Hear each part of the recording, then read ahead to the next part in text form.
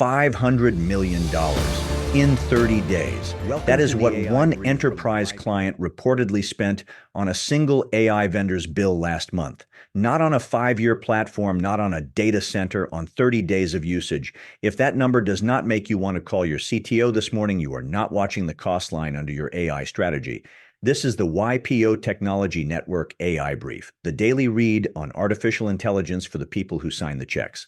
I am Stephen Forte. I run a company building AI-powered products, so I'm not narrating this from the cheap seats. I am living the same vendor decisions you are. Today's episode has a title, and it is not subtle. The bill has arrived. The cost of AI is no longer a forecast in a board deck. It is a line item that landed on your balance sheet this week in 3 concrete ways, and a 4th story tells you what the smart money is doing about it. Let me start with the news peg because it frames the rest. Today, Monday, June 2nd, Microsoft is opening Build 2026, its annual developer conference. And the headline is that Microsoft is announcing its own in-house model suite, branded MAI, short for Microsoft AI.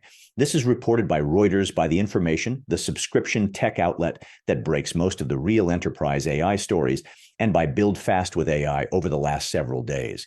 Here is why that matters, and it is bigger than another model launch. The MAI suite includes a coding specialized model, a reasoning model, a brand new in-house agent, and multiple size tiers. But the coding model is the tell. It is built for one job: to take GitHub Copilot back.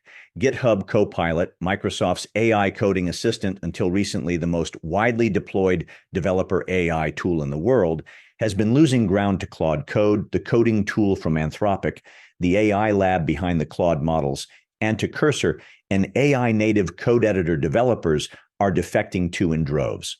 So Microsoft is doing something it has never seriously done before. For years, its entire frontier AI story was reselling OpenAI, the maker of ChatGPT, in which Microsoft is the largest investor. Microsoft was the storefront. OpenAI was the factory. With MAI, Microsoft is building its own factory. The timing is not an accident. OpenAI has filed to go public, reportedly targeting a $1 trillion valuation. When your single most important supplier is about to become a publicly traded company with its own shareholders, roadmap, and incentives, you stop being comfortable as a pure reseller. MAI is Microsoft hedging its OpenAI dependency in public. Here is my read. If I were in your seat, the vendor map you drew last year is already wrong. Microsoft is no longer Microsoft as reseller of OpenAI. It is now Microsoft as direct competitor to Anthropic. The company that owns your operating system, your email, your cloud, and your developer's code editor is now building the model underneath all of it. That is enormous leverage in one vendor. If you have Copilot in your stack, you are about to be offered a Microsoft native alternative to Claude Code, bundled into agreements you have probably already signed. The question for your team this week: what does that do to our existing AI contracts, and is single vendor convenience quietly turning into single vendor dependency? Now, the first piece of the bill, and it is the most concrete repricing event I have seen yet. Starting June 1st, yesterday, Microsoft moved GitHub Copilot off flat rate subscriptions and onto token-based billing. Token billing means you pay per unit of AI work consumed, not a fixed monthly fee. This was reported by TechCrunch on May 30th. The numbers out of the developer community are genuinely alarming. People are reporting monthly Copilot bills jumping from $29 to $750, from $50 to $3,000. Same tool, same developer, same work.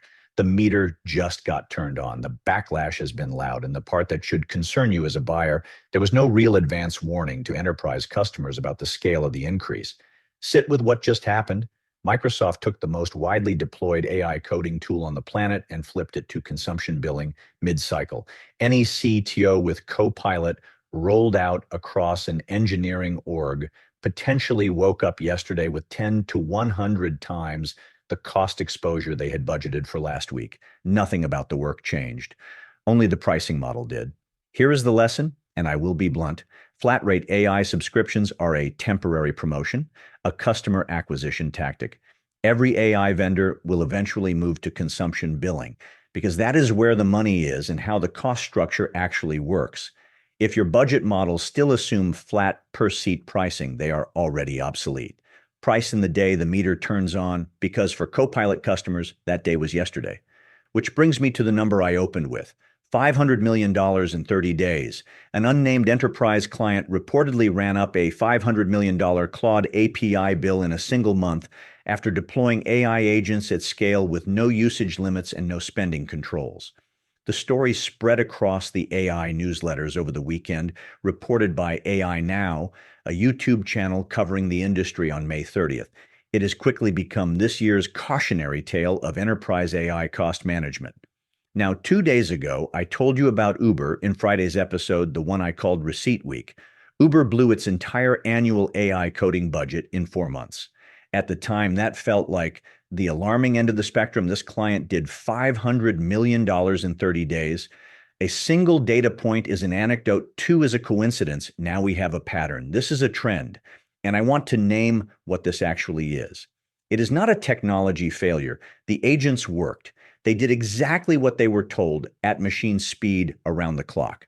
This is a financial controls failure. Somebody gave a team open-ended go build with AI approval without attaching a budget ceiling. They opened a tab and walked away from the bar. If you have handed any team that kind of approval, and many of you have because it felt like enabling innovation, you are running an open tab right now. The difference between you and the $500 million client may simply be that you have not scaled the agents yet. So far, this has been about the bill arriving and people getting caught flat-footed. Let me give you the deliberate counterpoint, the most interesting decision of the week. Kirkland and Ellis, the highest revenue law firm in the world, is committing $500 million over 3 to 4 years to build a fully proprietary in-house AI platform. Over $100 million of that is expected in 2026 alone. This was reported by This Week in All Things AI on May 31st. And notably, they are choosing to build rather than buy. They are not standardizing on Harvey, the leading legal AI startup, and they are not just layering Copilot tools on top of existing software. They are building their own. Now, regular listeners know I've been skeptical of bespoke builds. On Tuesday's episode, I warned you about the grifters selling custom AI platforms to companies that have no business building one. So why am I not putting Kirkland in that bucket? Because bespoke versus platform was never supposed to be an absolute. The right question is, at what scale and in what industry does building your own actually pay off? Kirkland's answer is instructive. Their competitive edge is knowledge-based.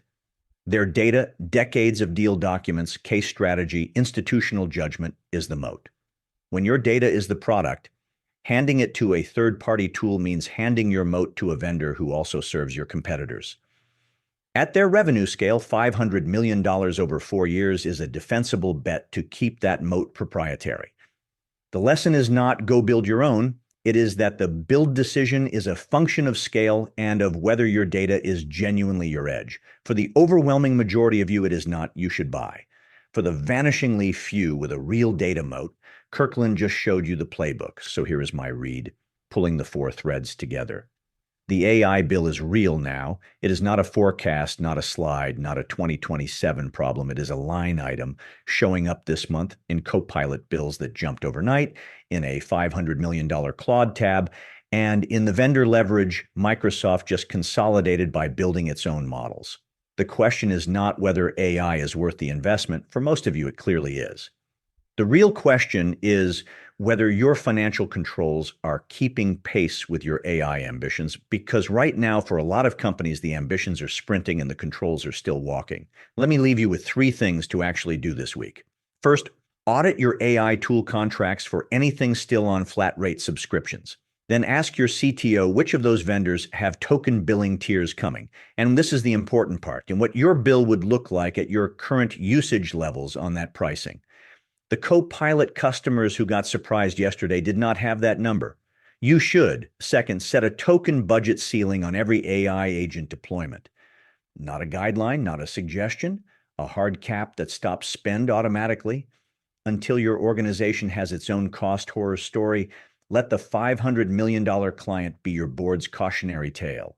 It is a lot cheaper to borrow someone else's mistake than to make your own. Third, Watch what Microsoft announces at Build today. If you have an enterprise Microsoft agreement, the MAI models may simply be included, or they may quietly reshape your Copilot pricing conversation in a way that does not favor you. Either way, you want to know before your renewal, not after. That is the YPO Tech Network AI brief for Monday, June 2nd. I am Stephen Forte. If this was useful, send it to a fellow member. I will be back Tuesday with more. Until then, stay sharp.